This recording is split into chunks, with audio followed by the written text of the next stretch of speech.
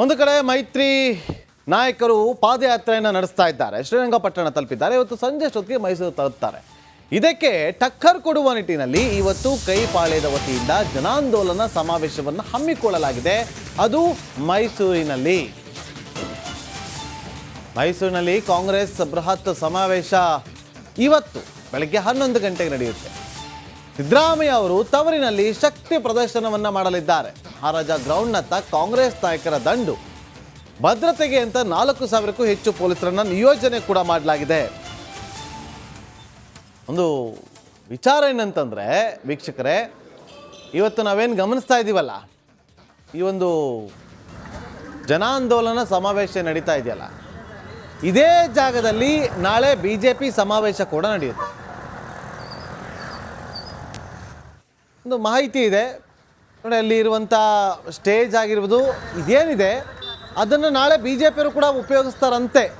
ನೋಡಬೇಕು, ಅದೇ ಜಾಗದಲ್ಲಿ ಅಲ್ಲೇ ಅವರು ಸಮಾವೇಶವನ್ನು ಹಮ್ಮಿಕೊಳ್ತಿದ್ದಾರೆ. ಯಾಕೆಂತಂದರೆ ಅಲ್ಲಿ ಪೆಂಡಾಲ್ ಹಾಕಿರೋಂಥವ್ರು ಕಾಂಟ್ರಾಕ್ಟ್ ಏನಿದ್ದಾರೆ ಅವರೊಬ್ಬರೇ. BJP ಅವರು ಬುಕ್ ಮಾಡಿರೋದು ಅವರನ್ನೇ, ಕಾಂಗ್ರೆಸ್ ಅವರು ಬುಕ್ ಮಾಡೋದು ಅವರನ್ನೇ ಅನ್ನೋ ಸುದ್ದಿ ಇದೆ. ನೋಡೋಣ, ನಾಳೆ ಗೊತ್ತಾಗುತ್ತದು. ಮೈತ್ರಿ ಪಾದಯಾತ್ರೆನ ಟಕ್ಕರ್ ಕೊಡುವ ನಿಟ್ಟಿನಲ್ಲಿ ಇವತ್ತು ಜನಾಂದೋಲನ ನಡೀತಾ ಇದೆ. ಜನಾಂದೋಲನ ಸಮಾವೇಶ. CM ಸಿದ್ದರಾಮಯ್ಯ ಅವರಿಗೆ ಮೂಡಾ ಸೈಟ್ ಸಂಕಷ್ಟ ಎದುರಾಗ್ತಾ ಇದೆ. CM ಪತ್ನಿಗೆ ನೀಡಿದಂಥ 14 ಸೈಟನ್ನು ವಾಪಸ್ ಆಗುತ್ತಾ ಅನ್ನುವ ಪ್ರಶ್ನೆ ಉದ್ಭವ ಆಗಿದೆ. ತನಿಖಾ ವರದಿ ಬರುವವರೆಗೂ ಸೈಟ್ ನಮ್ಮದಲ್ಲ. ಅಚ್ಚರಿಯ ಹೇಳಿಕೆಯನ್ನು ಕೊಟ್ಟಂತ ಡಾಕ್ಟರ್ ಯತೀಂದ್ರ ಸಿದ್ದರಾಮಯ್ಯ, MLC ಯತೀಂದ್ರ ಸಿದ್ದರಾಮಯ್ಯ ಈಗಾಗಲೇ ಸೈಟ್ ವಾಪಸ್ ಕೊಡೋ ಬಗ್ಗೆ ಹೇಳಾಗಿದೆ. ತನಿಖೆ ರಿಪೋರ್ಟ್ ಬರಲಿ ಅಂತ ಹೇಳಿ ಅಚ್ಚರಿಯ ಹೇಳಿಕೆಯನ್ನು ಕೊಟ್ಟಿದ್ದಾರೆ ವಿಧಾನ ಪರಿಷತ್ ಸದಸ್ಯರಾಗಿರುವಂಥ ಡಾಕ್ಟರ್ ಯತೀಂದ್ರ ಸಿದ್ದರಾಮಯ್ಯ ಅವರು. ನೋಡಿ ಏನು ಮಾತಾಡಿದ್ದಾರೆ ಸರ್. ಅಲ್ಲ, ಈಗಾಗಲೇ ಅದನ್ನು ಹೇಳಿದರೆ ವಾಪಸ್ ಕೊಡ್ತೀನಿ ಅಂತ ಇವಾಗ ಜುಡಿಷಿಯಲ್ ಕಮಿಷನ್ಗೆ ಮಾಡಿದ್ದಾರೆ. ಜುಡಿಷಿಯಲ್ ಕಮಿಷನ್ಗೆ ಏನು ಹೇಳಿದೆ, 2005ರಿಂದ ಏನೇನು ಸೈಟ್ಗಳು ಕೊಟ್ಟಿದೆ ಅದನ್ನೆಲ್ಲನೂ ತನಿಖೆ ಮಾಡಬೇಕು ಅಂತ ಹೇಳಿದೆ. ಅದರರ್ಥ ಏನರ್ಥ, ಅದು ರದ್ದಾಗಿದೆ ಅಂತಲೇ ಅರ್ಥ. ಈಗ ಅದು ನಮ್ಮ ಸುಪರ್ದಿಗೆ ಬರೋದಿಲ್ಲ. ಆ ಜುಡಿಷಿಯಲ್ ಕಮಿಷನ್ ಅವರು ತನಿಖೆ ಮಾಡಿ ವರದಿ ಕೊಡೋ ತನಕ ಅದು ನಮ್ಮ ಸೈಟ್ಗಳಲ್ಲ. ಸೊ ಹಾಗಾಗಿ ಅವ್ರು ತನಿಖೆ ಮಾಡಿ ವರದಿ ಕೊಡ್ತಾರೆ.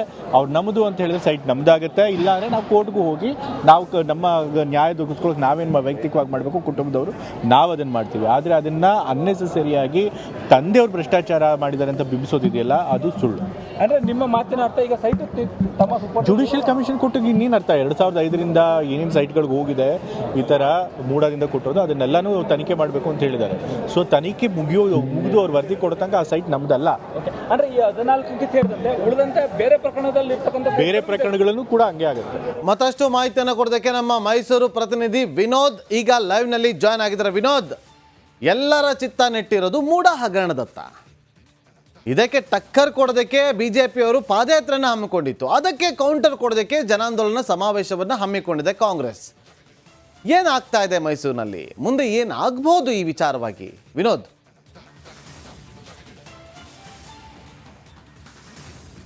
ನಾಗೇಂದ್ರ ಬಾಬು, ಈಗಾಗಲೇ ಇರೋ ಮೂಡಾ ಹಗರಣದ ವಿಚಾರವಾಗಿ ಈಗಾಗಲೇ BJP ಒಂದು ಕಡೆ ಮೈಸೂರು ಚಲೋ ಕಾರ್ಯಕ್ರಮದ ಮೂಲಕವಾಗಿ ಪಾದಯಾತ್ರೆ ಹಮ್ಮಿಕೊಂಡಿದೆ. ಮೈಸೂರಿಂದ ಬೆಂಗಳೂರಿಂದ ಮೈಸೂರಿಗೆ ಪಾದಯಾತ್ರೆ ಮೂಲಕವಾಗಿ ಬರ್ತಾ ಇದ್ದಾರೆ. ಯಾವುದೇ ಕಾರಣಕ್ಕೂ ಕೂಡ CM ಈ ಒಂದು ಸ್ಥಾನದಲ್ಲಿ ಇರಬಾರ್ದು, ಅವರು ಕೂಡ ರಾಜೀನಾಮೆ ಕೊಡಬೇಕು ಅಂತೇಳಿ ಸಾಕಷ್ಟು ಆಗ್ರಹವನ್ನು ಮಾಡ್ತಾ ಇದ್ದಾರೆ. ಈ ಮಧ್ಯೆ ಕಾಂಗ್ರೆಸ್ ಕೂಡ BJP ಮತ್ತು JDSಗೆ ಟಕ್ಕರ್ ಕೊಡಬೇಕು ಅಂತೇಳಿ ಇವತ್ತು ಜನಾಂದೋಲನ ಕಾರ್ಯಕ್ರಮವನ್ನು ಹಮ್ಮಿಕೊಂಡಿದೆ. ಲಕ್ಷ ಸಂಖ್ಯೆಯಲ್ಲಿ ಜನರ ಸೇರಿಸಿ ಆಗಿರುವಂತಹ ಏನೇನಾಗಿದೆ ಎಲ್ಲವರೂ ಕೂಡ ವಿವರಿಸುವಂತಹ ಕೆಲಸಕ್ಕೆ CM ಅವರು ಮುಂದಾಗ್ತಾ ಇದ್ದಾರೆ. ಈ ಮಧ್ಯೆ CM ಪುತ್ರ ಯತೀಂದ್ರ ಅವರು ಕೊಟ್ಟಂತಹ ಹೇಳಿಕೆ ಸಾಕಷ್ಟು ಅಚ್ಚರಿಯನ್ನು ಮೂಡಿಸ್ತಾ ಇದೆ. ಈಗಾಗಲೇ ನಾವು ಆ ಸೈಟನ್ನು ವಾಪಸ್ ಅಂದರೆ ಈಗಾಗಲೇ ಎನ್ಕ್ವೈರಿಗೆ ಕಂಡಕ್ಟ್ ಮಾಡೋ ಕಾರಣಕ್ಕಾಗಿ 14 ಸೈಟ್ಗಳು ನಮ್ಮದಲ್ಲ ಅಂತ ಹೇಳಿಕೆ ಕೊಡುವ ಮೂಲಕವಾಗಿ ಸಾಕಷ್ಟು ಅಚ್ಚರಿಯನ್ನು ಮೂಡಿಸ್ತಾ ಇರುವಂಥದ್ದು. ಈಗಾಗಲೇ ಅಂದರೆ ಅವ್ರು ಹೇಳ್ತಾ ಇರುವಂಥದ್ದು ತನಿಖೆ ನಡೀತಾ ಇದೆ, ತನಿಖೆ ಬರುವವರೆಗೂ ಕೂಡ ಆ ಸೈಟ್ಗಳು ನಮ್ಮದಲ್ಲ, ಈಗಾಗಲೇ ಅದೆಲ್ಲ ನಾವು ವಾಪಸ್ ಕೊಟ್ಟಿದ್ದೇವೆ ಅನ್ನುವಂತಹ ಅರ್ಥದಲ್ಲಿ ಹೇಳ್ತಾ ಇದ್ದಾರೆ.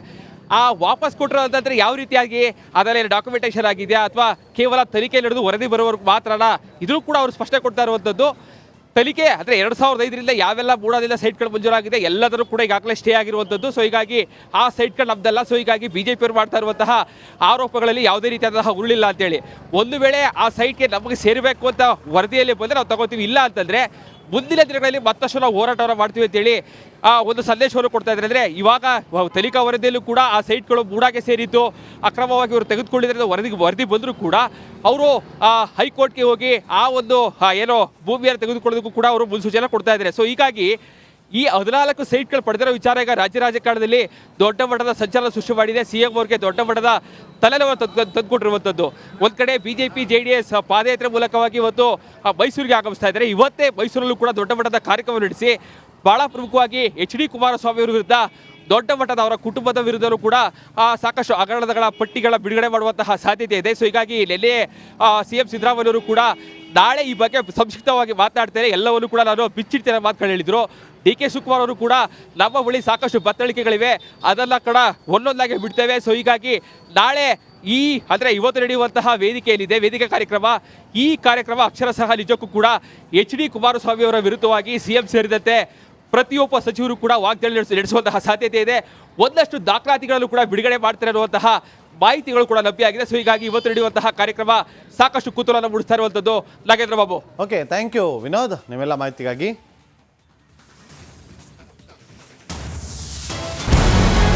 ನಮಸ್ಕಾರ, ಕರ್ನಾಟಕ ಪ್ರೈಮ್ ಟೈಮ್ಗೆ ಸ್ವಾಗತ.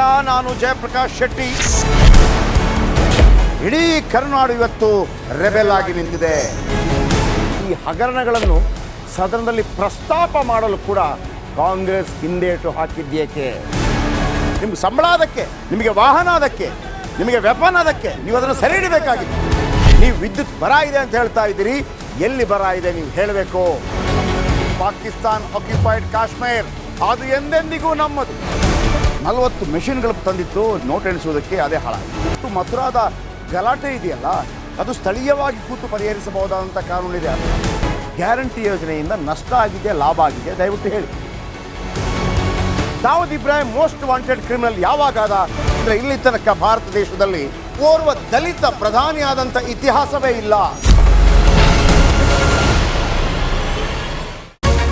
ರಿಪಬ್ಲಿಕ್ ವರ್ಲ್ಡ್ ಆಪ್ ಇದು ಕೇವಲ ಅಪ್ಲಿಕೇಶನ್ ಅಲ್ಲ, ಸಮಗ್ರ ಸುದ್ದಿಗಳ ಸಂಪರ್ಕ ಮಾರ್ಗಕ್ಕೆ ಕ್ರಾಂತಿಕಾರಿ ಬದಲಾವಣೆ. ರಿಪಬ್ಲಿಕ್ ವರ್ಲ್ಡ್ ಆಪ್ ಕೇವಲ ಸುದ್ದಿ ಅಪ್ಲಿಕೇಶನ್ ಅನ್ನ ಪರಿಚಯ ಮಾಡ್ತಾ ಇಲ್ಲ, ಬದಲಾಗಿ ಡಿಜಿಟಲ್ ಸುದ್ದಿ ಬಳಕೆಯ ಹೊಸ ಯುಗಕ್ಕೆ ನಾಂದಿ ಹಾಡ್ತಾ ಇದೆ. ಇದೊಂದು ಬ್ರೇಕಿಂಗ್ ನ್ಯೂಸ್, ಪ್ರಭಾವಶಾಲಿ ಕಾರ್ಯಕ್ರಮಗಳಿಗೆ ಗಟ್ಟಿಯಾದ ವೇದಿಕೆ. ರಿಪಬ್ಲಿಕ್ ವರ್ಲ್ಡ್ ಅಪ್ಲಿಕೇಶನ್ ಈಗ ಲೈವ್ ಆಗಿದೆ. ಗೂಗಲ್ ಪ್ಲೇ ಸ್ಟೋರ್ ಮತ್ತು ಆಪಲ್ ಆಪ್ ಸ್ಟೋರ್ ಎರಡರಲ್ಲೂ ಲಭ್ಯವಿದೆ. ಈಗಲೇ ಡೌನ್ಲೋಡ್ ಮಾಡಿ.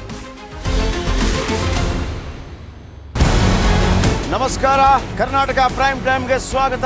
ನಾನು ಜಯಪ್ರಕಾಶ್ ಶೆಟ್ಟಿ. ಇಡೀ ಕರುನಾಡು ಇವತ್ತು ರೆಬೆಲ್ ಆಗಿ ನಿಂತಿದೆ. ಈ ಹಗರಣಗಳನ್ನು ಸದನದಲ್ಲಿ ಪ್ರಸ್ತಾಪ ಮಾಡಲು ಕೂಡ ಕಾಂಗ್ರೆಸ್ ಹಿಂದೇಟು ಹಾಕಿದ್ದೇಕೆ? ನಿಮ್ಗೆ ಸಂಬಳ ಅದಕ್ಕೆ, ನಿಮಗೆ ವಾಹನ ಅದಕ್ಕೆ, ನಿಮಗೆ ವೆಪನ್ ಅದಕ್ಕೆ, ನೀವು ಅದನ್ನು ಸರಿ ಹಿಡಬೇಕಾಗಿತ್ತು. ನೀವು ವಿದ್ಯುತ್ ಬರ ಇದೆ ಅಂತ ಹೇಳ್ತಾ ಇದ್ದೀರಿ, ಎಲ್ಲಿ ಬರ ಇದೆ ನೀವು ಹೇಳಬೇಕು. ಪಾಕಿಸ್ತಾನ್ ಆಕ್ಯುಪೈಡ್ ಕಾಶ್ಮೀರ್ ಅದು ಎಂದೆಂದಿಗೂ ನಮ್ಮದು. 40 ಮೆಷಿನ್ಗಳು ತಂದಿತ್ತು ನೋಟ್ ಎಣಿಸುವುದಕ್ಕೆ, ಅದೇ ಹಾಳಾಯಿತು. ಮಥುರಾದ ಗಲಾಟೆ ಇದೆಯಲ್ಲ, ಅದು ಸ್ಥಳೀಯವಾಗಿ ಕೂತು ಪರಿಹರಿಸಬಹುದಾದಂಥ ಕಾನೂನಿದೆ. ಗ್ಯಾರಂಟಿ ಯೋಜನೆಯಿಂದ ನಷ್ಟ ಆಗಿದೆ, ಲಾಭ ಆಗಿದೆ, ದಯವಿಟ್ಟು ಹೇಳಿ. Dawood Ibrahim most wanted criminal ಯಾವಾಗಾದ ಅಂದರೆ ಇಲ್ಲಿ ತನಕ ಭಾರತ ದೇಶದಲ್ಲಿ ಓರ್ವ ದಲಿತ ಪ್ರಧಾನಿಯಾದಂಥ ಇತಿಹಾಸವೇ ಇಲ್ಲ. ರಿಪಬ್ಲಿಕ್ ವರ್ಲ್ಡ್ ಆಪ್ ಇದು ಕೇವಲ ಅಪ್ಲಿಕೇಶನ್ ಅಲ್ಲ, ಸಮಗ್ರ ಸುದ್ದಿಗಳ ಸಂಪರ್ಕ ಮಾರ್ಗಕ್ಕೆ ಕ್ರಾಂತಿಕಾರಿ ಬದಲಾವಣೆ. ರಿಪಬ್ಲಿಕ್ ವರ್ಲ್ಡ್ ಆಪ್ ಕೇವಲ ಸುದ್ದಿ ಅಪ್ಲಿಕೇಶನ್ ಅನ್ನ ಪರಿಚಯ ಮಾಡ್ತಾ ಇಲ್ಲ, ಬದಲಾಗಿ ಡಿಜಿಟಲ್ ಸುದ್ದಿ ಬಳಕೆಯ ಹೊಸ ಯುಗಕ್ಕೆ ನಾಂದಿ ಹಾಡ್ತಾ ಇದೆ. ಇದೊಂದು ಬ್ರೇಕಿಂಗ್ ನ್ಯೂಸ್, ಪ್ರಭಾವಶಾಲಿ ಕಾರ್ಯಕ್ರಮಗಳಿಗೆ ಗಟ್ಟಿಯಾದ ವೇದಿಕೆ. ರಿಪಬ್ಲಿಕ್ ವರ್ಲ್ಡ್ ಅಪ್ಲಿಕೇಶನ್ ಈಗ ಲೈವ್ ಆಗಿದೆ.